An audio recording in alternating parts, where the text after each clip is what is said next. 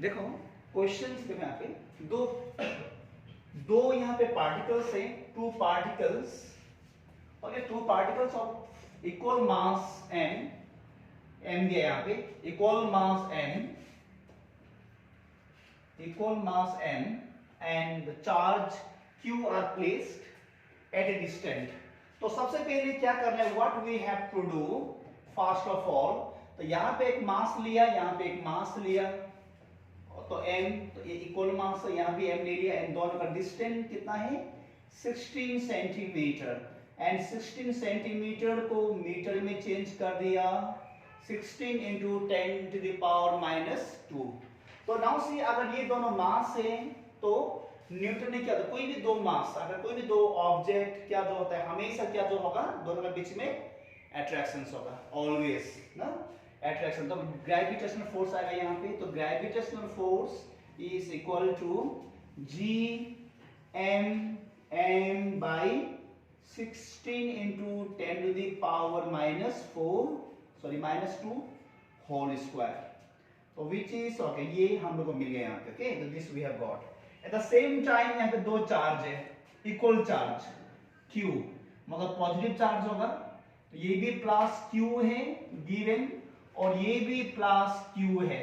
तो दोनों अगर प्लस Q है एंड दोनों के बीच में डिस्टेंस दिया है 16 सेंटीमीटर, तो 16 into 10 to the power minus 2 metre में कन्वर्ट करो, तो दोनों सेम चार्ज है, तो सेम चार्ज अगर हुआ तो दो के बीच में क्या होगा, रिपल्शन होगा यहाँ पे, रिपल्शन फोर्स होगा यहाँ पे, because since we know that the same charge क्या जो होगा repel each other, and opposite charge क्या जो होता है अट्रैक्ट.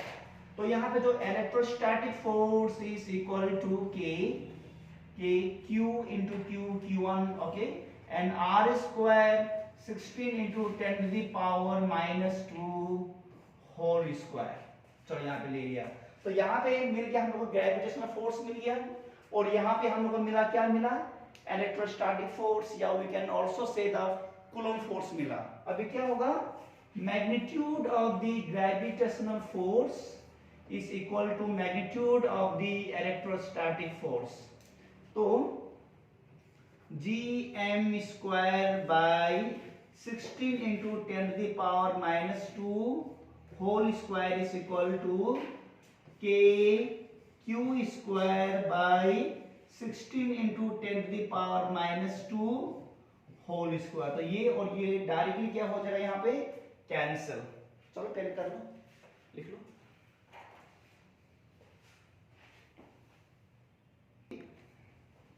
तो सुनो, तो ये और ये दोनों क्या हुआ, कैंसिल हुआ.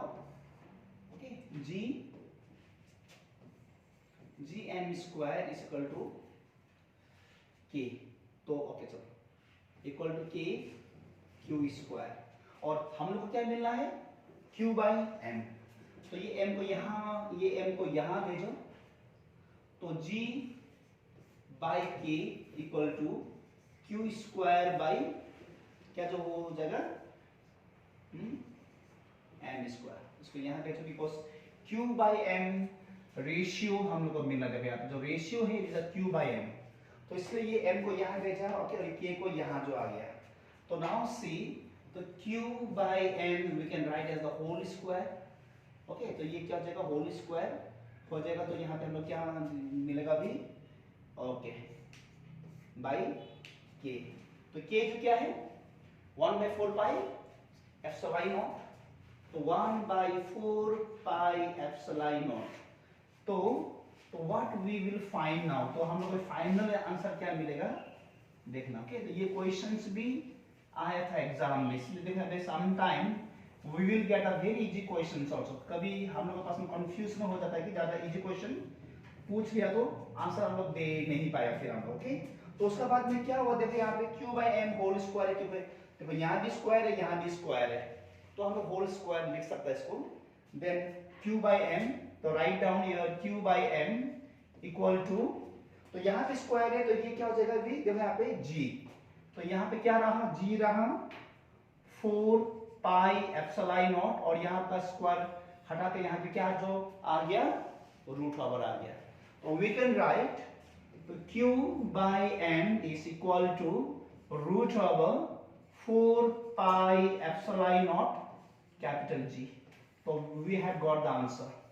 आंसर हम लोग को मिल गया, यही आंसर.